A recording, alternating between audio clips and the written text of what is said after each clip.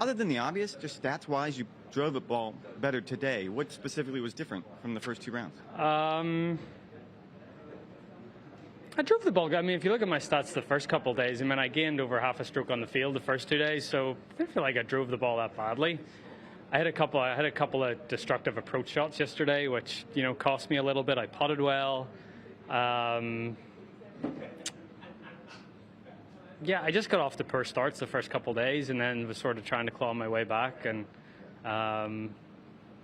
yeah, that was sort of it. Got off to a better start today, obviously, and still didn't play the par fives too well. I think I've played the par fives and even par or 1 over for the week.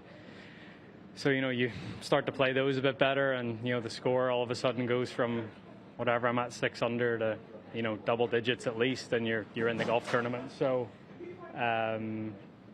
So that was really the difference. I've putted well the last couple of days, and I made enough birdies. I think I've made 16 birdies for the week. So just a few too many mistakes.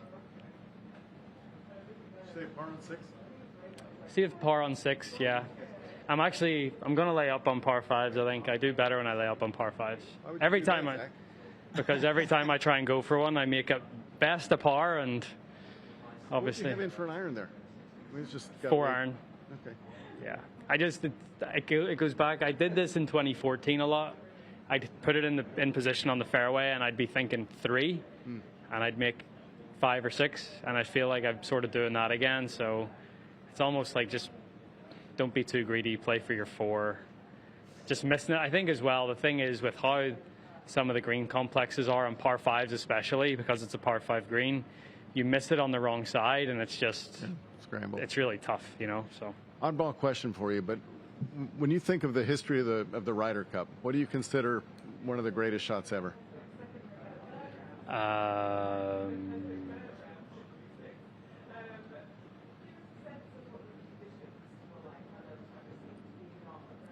Justin Rose's putt on 17 at Medina. Big one. Massive. Yeah. Celebration was even better. What about, since that wasn't the answer I was looking for, what about Seve? What do you know about Seve's shot from the bunker in 1983? Nothing. Have you ever heard anything about it? No. Kind of surprised. Who? What's his name? Severiano. No, I mean, I started watching the Ryder Cup. My first memory of watching the Ryder Cup is 97. Was it Valderrama? Okay. So yeah. I don't really, anything before that. I can tell you major winners going back quite a long time, but Ryder Cups, 97's as far back as I Why is that? can sort of go. I mean, granted, you started watching it, but I mean, you know so much about whoever back in the 50s or 60s. Why? I don't know. No reason to go back? There's 8 of those every 2 years where there's only one Ryder Cup, so I don't know. Yeah, interesting. Yeah. Kind of along those same lines, you played Whistling Straits enough. Is that the type of course that could be set up to favor one team or one player? I don't know. I'm not sure if it can. Yeah, I don't know. I'm not sure. I don't know who has the advantage. I mean, most of the Euros play over here, obviously, so it's not, we're all playing the same golf courses, getting the same experiences. Obviously, our upbringings are a little different, but I don't think it really favors one side or the other. Is that kind of overblown? Maybe Paris being the example. Maybe it was set up one way or the No, other? well, I think Hazeltine, the way they set Hazeltine up definitely favored the American side. The way they set Paris up definitely favored us. So there are things you can do, but it's still... I don't know what you can do with Whistling Straits to make it any different than what it is. The land and the topography, that's what makes the golf course. So, yeah. Do you find yourself when you're there paying attention to anything except your own team? In other words, do you pay attention to what the U.S. is doing with their pairings or anything like that? It's just strictly all Europe all the Honestly, time. I don't even pay attention to what the rest of my team's doing. Yeah. I concentrate on the pairing that I have. We go out and we win our match, and that's all you can do. The best way to be a team player is win your point. Right.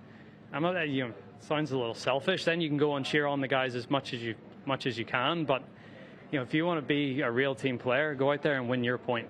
Focus on yourself. Wasn't that kind of Paul's message in Glen Yeah. Eagles? It's not about team now, it's about you. Yeah, exactly. Yeah, we're all pulling in the same direction, Sure. but we're individuals at the end of the day, and go and win our points. Who'd you have Sunday?